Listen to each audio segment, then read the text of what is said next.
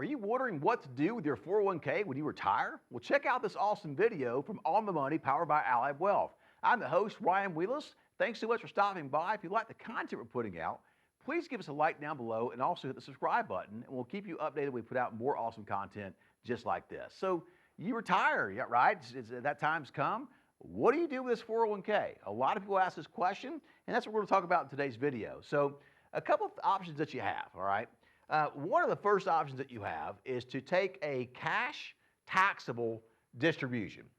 I'm not a big fan of this, folks. In fact, when you roll over your 401k, your custodian or your third-party administrator is required to make sure you've read something called the special tax notice. And the special tax notice talks about what options you have for rolling over your 401k and the tax implications of those various options. And guess which option has the biggest tax implication? It is taking a full cash taxable distribution out of your 401k, and it's something I do not recommend in any circumstance. To that end, if you were to do that, think about this. You've got $1 million. If you take $1 million out, you put it in your checking account and start spending it, all right, you're going to pay a tax liability of around 38% today, which is around $380,000 is actually going to go to the government to pay the taxes on your 401k distribution. Well, if you've got $1 million 401k and your distribution rate in your 401k is, say, 5%, it can produce $50,000 a year. Well, if you cut it down to $700,000, it's going to produce $35,000 a year. So you just lost a lot of income potential as well. So something to think about, all right? I'm not a big fan of taking the full cash taxable distribution and doing that. That's not the best thing to do, all right? The other thing you can do is you can leave the money in the current 401k plan. And I've seen a lot of people do this, and there's some reasons why you should do this, and we'll talk about those in just a second. But one of the things you got to consider is if you're going to do that, what you want to do is look at why you're doing that, all right? A lot of people do that because, you know, they've seen Fidelity is one of the largest 401k providers out there in the world, and the client or the retiree has seen their money at Fidelity in the 401k all these years, and they're comfortable with it, all right? And so they say, hey, I'll just leave it in my 401k. And that's okay to do. But what you need to understand is most 401k plans are not designed to produce a monthly paycheck that you need to finance your lifestyle and retirement. Because again, when you leave your job, you don't get a paycheck anymore, and you're relying upon your 401k balance to be that paycheck for you going forward. So in the 401k plan, if you wanted to take a distribution, some of them only allow you to take a distribution one time a year. Some of them allow you to take distributions at one time every 3 years. Most of them require paperwork and documentation to take those distributions, all right?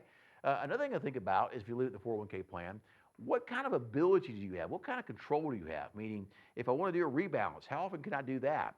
If I want to trade in and out of mutual funds, how often do I want to do that? And how often can I do that? And more importantly, how long does it take? If I think a market crash is coming and I want to get my money out of harm's way, you know, how long does it take for my account to actually get traded into a safer program like a money market fund or a government bond fund, all right?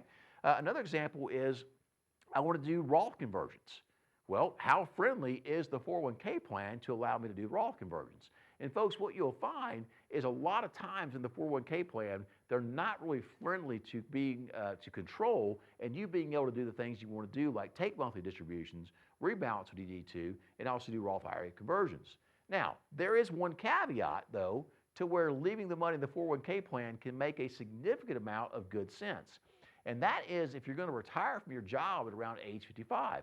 I work with a lot of oil execs, and they do very, very well, and many of them are in a position to retire at 55, and a lot of times they often do.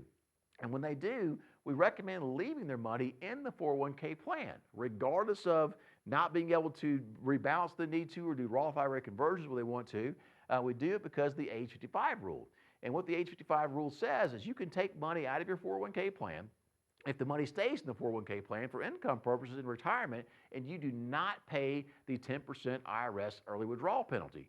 That's pretty cool for somebody who's retiring early, all right? So that's a good reason to leave your money in the 401k plan if you're retiring before at age 55 and up, all right? Another thing you can do is a tax-free rollover to an IRA. This is the most common thing that we see, and it's one that we recommend most often because when you move out of the 401k plan, the plan, by the way, is likely to have about 25 different mutual funds you can pick from.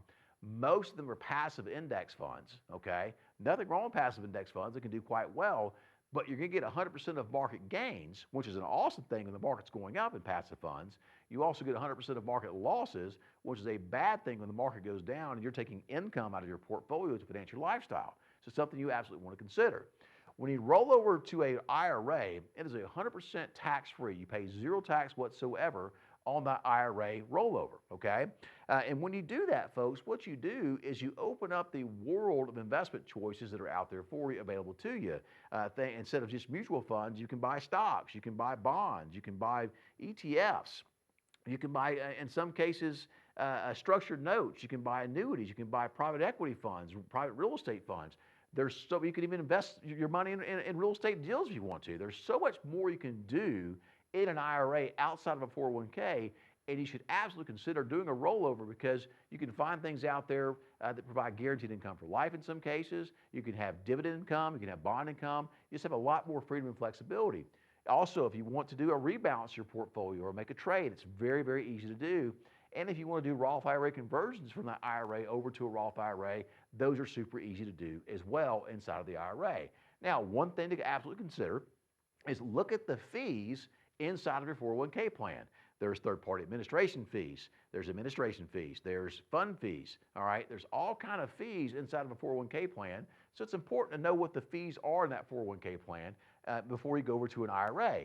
And a lot of times, folks, we will see that you may pay a little bit larger fees in an IRA, but you have to weigh the benefits you're getting from that IRA and those higher fees versus staying in the 401k plan. If the benefits make sense, it makes sense to roll over. If it doesn't, stay in the 401k plan, but understand you're going to have limited ability to withdraw money on a scheduled basis for income purposes. So there's some caveats there for sure.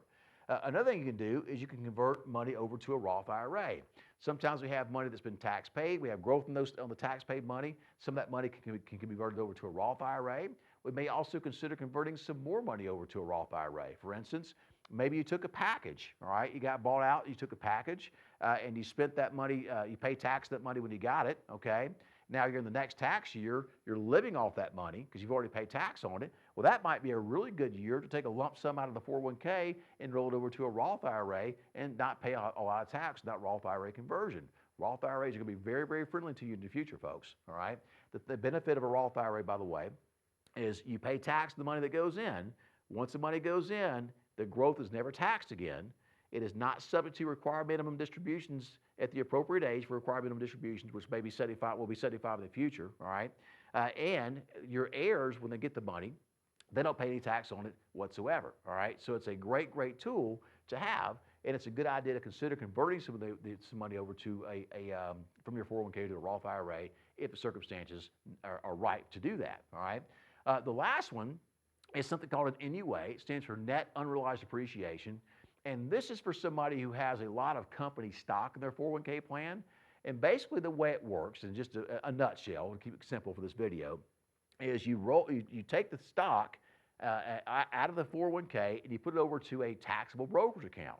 You don't pay tax on the gain of the stock, you only pay tax on the basis. So for instance, you bought the stock at $30 a share over your years of employment. The stock's currently trading at $100 a share, okay? Well, you would pay the tax on $30 per share, roll it over to a brokerage account, and not pay tax on the gain from $30 to $100. That $70 gain there would not be taxed. Pretty cool stuff. Now, when he sold the stock off in the future, it would be taxed at capital gains tax rates. If it paid dividend income, it would also be taxed at capital gains tax rates. So it can be a wonderful tool to mitigate taxes long term. One of the other things that's really cool about it too is that if you do it anyway, you don't have to pay, you don't have to take RMDs from that money as well. All right, so some really good benefits to looking what to do with your 401k when you retire. And these are some high-level stuffs and some more advanced planning. We get into some more detail about this stuff, but these are things you should be thinking about when you're considering leaving your job and rolling over your 401k. Hi, thanks so much for stopping by the channel, folks. Really appreciate it. I hope you got some value from today's video. If you like the content we're putting out, please hit the like button down below and also give us a subscribe. We'll keep updating you. We put out more content just like this.